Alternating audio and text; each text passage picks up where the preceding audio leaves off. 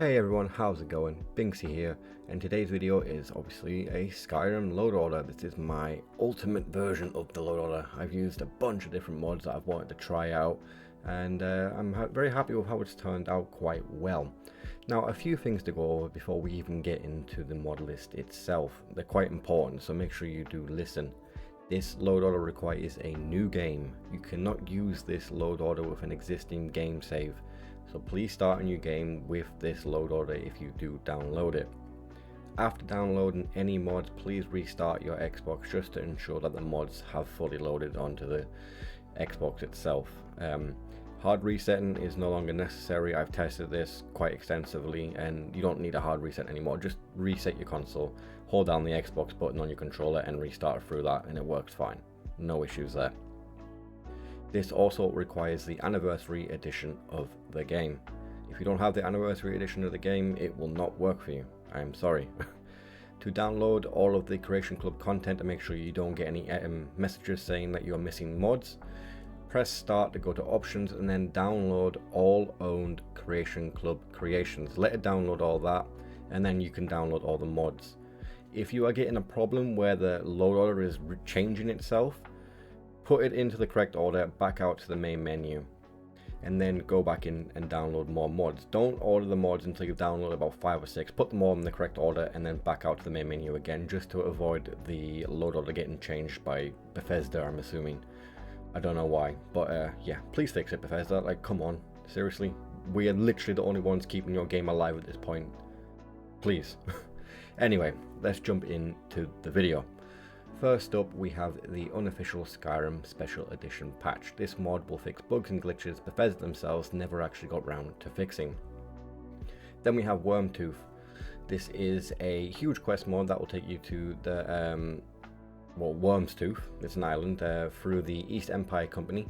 And I'm not going to go into any more details. If you want to see what this is about, go check out the mod itself. I don't really want to spoil the quests and stuff. It's more fun if you experience it yourself for the first time.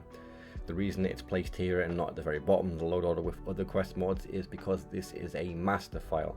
Master files will always load at the top, same with unofficial Skyrim Special Edition patch as well. And the next mod is Campfire Complete Camping System. This is another master file which requires to be loaded at the very top of the load order. As long as you have these mods, it doesn't really matter what order you have them, well, except for the unofficial patch, that should be the very top one. But with Wormstooth and Campfire, these two don't really make much of a difference on placement.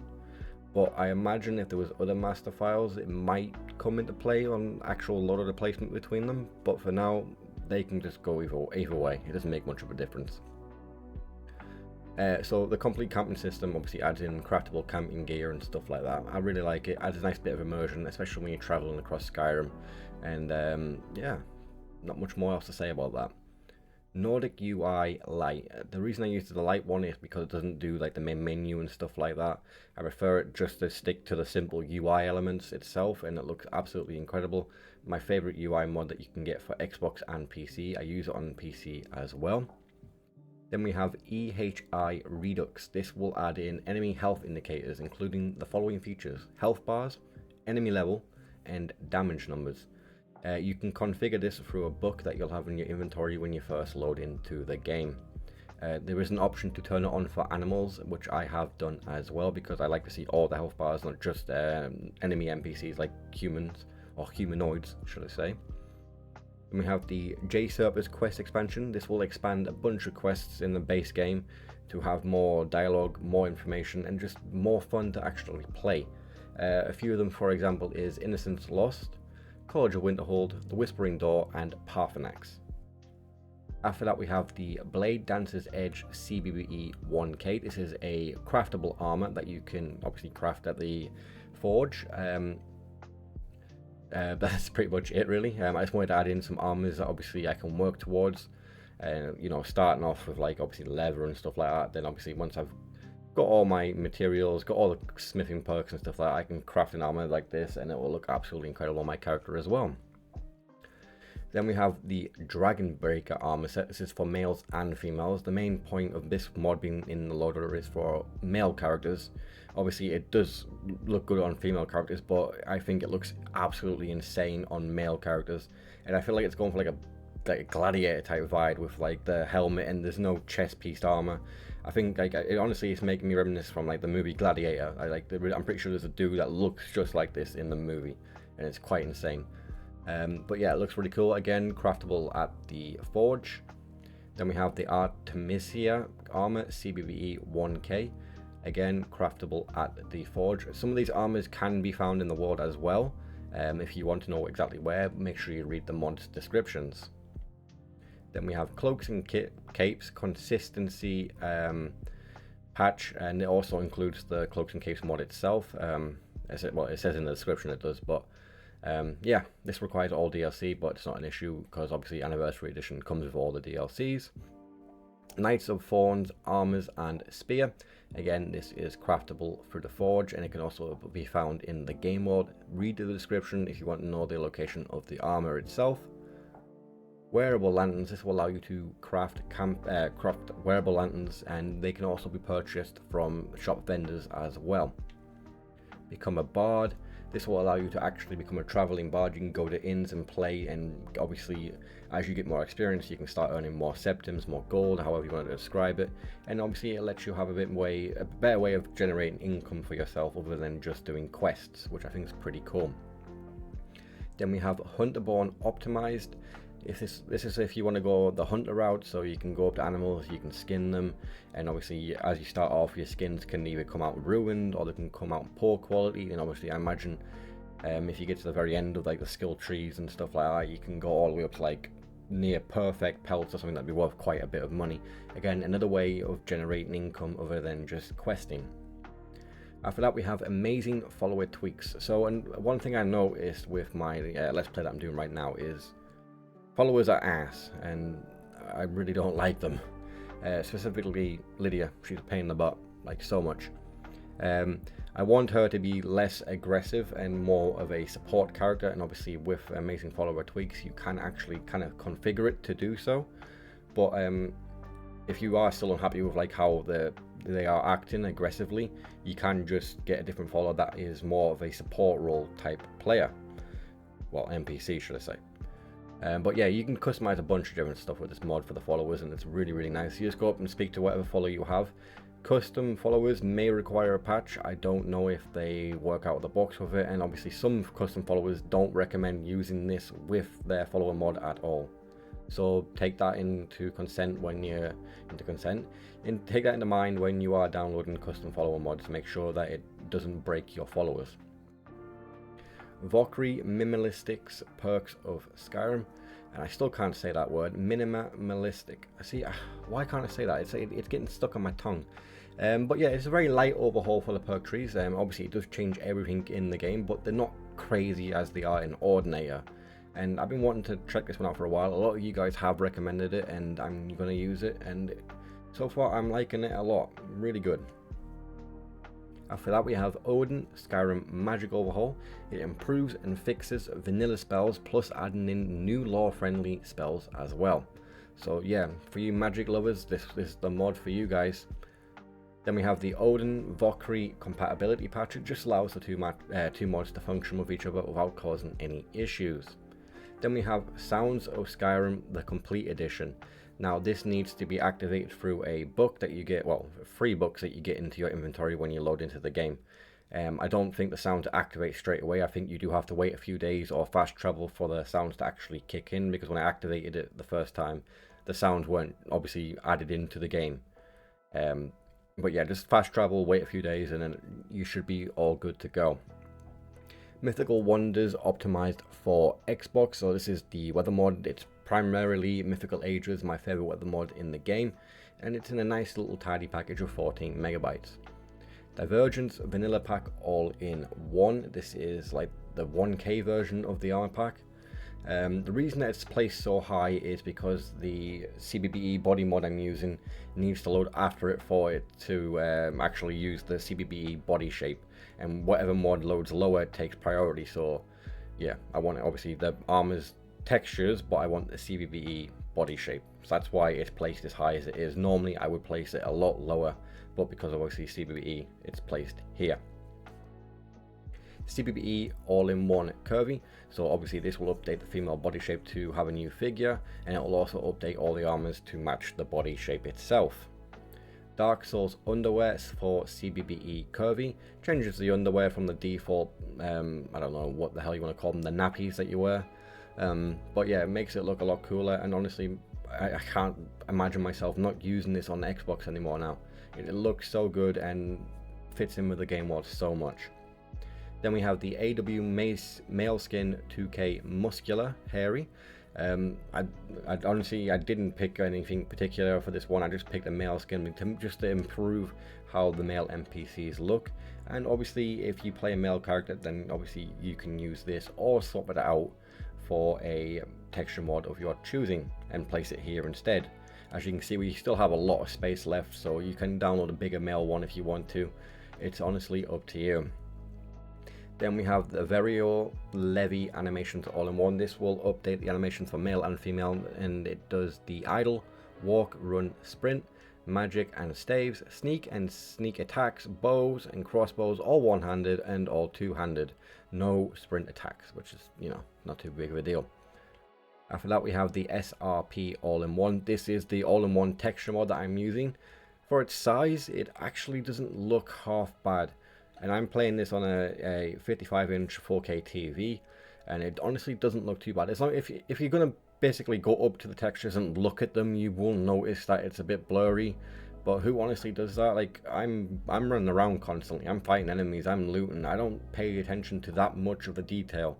And honestly, it's a nice little all-in-one texture pack, and very good on size. So yeah, I'm hoping that's going to keep a few of you happy in the comment section when you keep telling me to stop using the big texture overhauls. This one is not big. It's not even half the size difference of the big texture packs. It's less than that. So pat on the back for me. I've been good this time.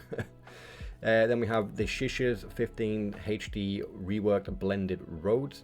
The reason I'm not using blended roads light is because it was missing textures.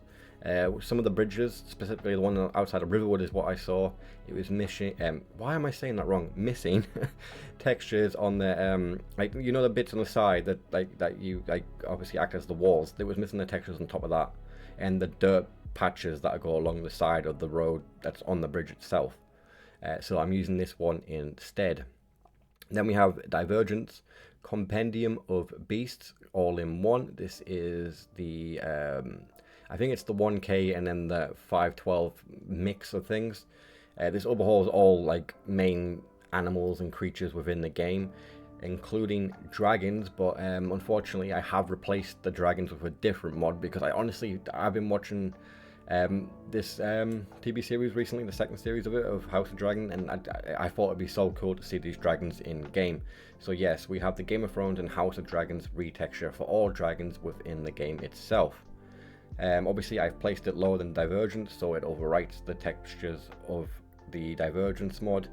Won't be any issues. Like I said, the lower mod takes priority and it will overwrite the textures and use these ones instead. And the dragons look absolutely insane, I'm not gonna lie. I saw Arduin flying over Helgen, and he looked terrifying. I feel like this might bring a bit of spark back into the combat for me when I'm fighting a dragon, because they actually look like very intimidating dragons now. Then we have the Draco's 3D plants and shrubs. Mainly I'm using this is to obviously add a bit of extra colour to the game world, and honestly it replaces some of the dead shrubs, and I hate how they look. I don't remove them completely, but something that can replace them like this mod, yeah, it looks really nice and adds a bit extra greeny area to the obviously the Skyrim mod itself. Then we have the My Road Signs Are Beautiful weathered version. This is the weathered version, I'll repeat that. So obviously I'm using Skyland, which normally does replace the textures for this for road signs. I've had to download my own, and these look actually really nice. They fit into the game world really well, and highly recommend it. Vanilla Hair Retexture version 3.1.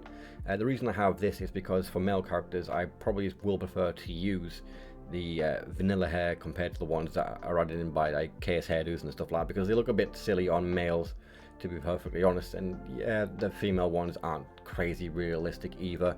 Like half of them look like they've just been in the beauty salon. Yes, I know, but they still look really nice on females, and honestly the vanilla ones for males look really good too. They suit them quite well, and with this retexture I think they're gonna look even better. Then we have the KS hair request flowing locks. Again, if you prefer a different KS hair mod, obviously you can just replace it and put it into where this mod is right now. There's plenty of space, so if you really wanted, you could just download the full KS hair mod and choose from that yourself. Then we have Kayla's Eyes Replacer. This is a very small eye mod, but the eyes look absolutely incredible. It replaces all the vanilla eyes within the game and making NPCs look a lot better in my opinion. RS Children Optimized. This obviously changes the appearance of children in game and makes them no longer look like sacks of potatoes. True Blood Serena V2 with red hair.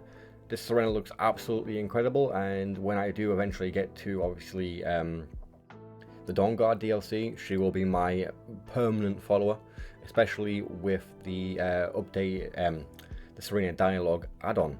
And then we have the Enhanced Lights and FX. This is the updated version. This will hold the interior lighting for the game world, and it looks absolutely incredible.